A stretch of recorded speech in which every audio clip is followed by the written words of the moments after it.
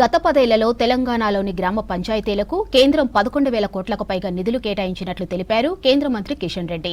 2015 నుంచి 2020 ఏడాది మధ్యలో 5,060 కోట్లు, 2021 నుంచి 26 మధ్యలో 9,050 కోట్ల నిధులను కేంద్రం తెలంగాణకు కేటాయించిందన్నారు. వాటిలో ఇప్పటికే 6,051 కోట్లను కేంద్రం రిలీజ్ చేసిందని చెప్పారు.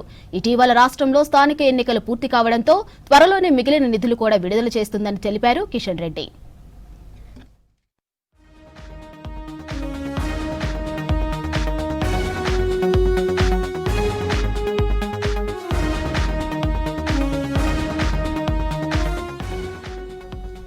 రెండు 2023-24 ఆర్థిక సంవత్సరంలో కేంద్రం ఇచ్చిన నిధుల ఖర్చుపై ఇటీవలే యూటిలైజేషన్ సర్టిఫికెట్లను సబ్మిట్ చేశారన్నారు కేంద్ర మంత్రి.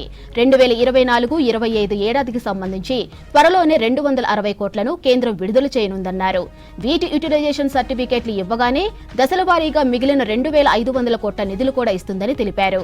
కేంద్రం నిబంధనల ప్రకారం ప్రతి జీపీలో నిధుల వినియోగం కోసం తప్పనిసరిగా ప్రత్యేక బ్యాంకు తెరవాలని, పబ్లిక్ ఫైనాన్షియల్ మేనేజ్మెంట్ పోర్టల్లో అకౌంట్ నమోదు చేసుకోవాలని సూచించారు కేంద్ర మంత్రి.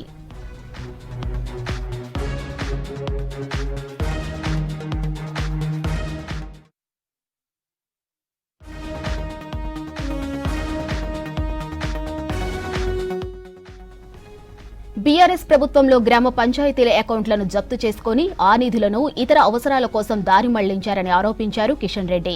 దీంతో చాలా మంది సర్పంచులు తమ హయాంలో చేసిన పనులకు నిధులు రాక రాజీనామాలు చేశారని, కొందరు సర్పంచులు ఆత్మహత్యలకు పాల్పడ్డారని చెప్పారు.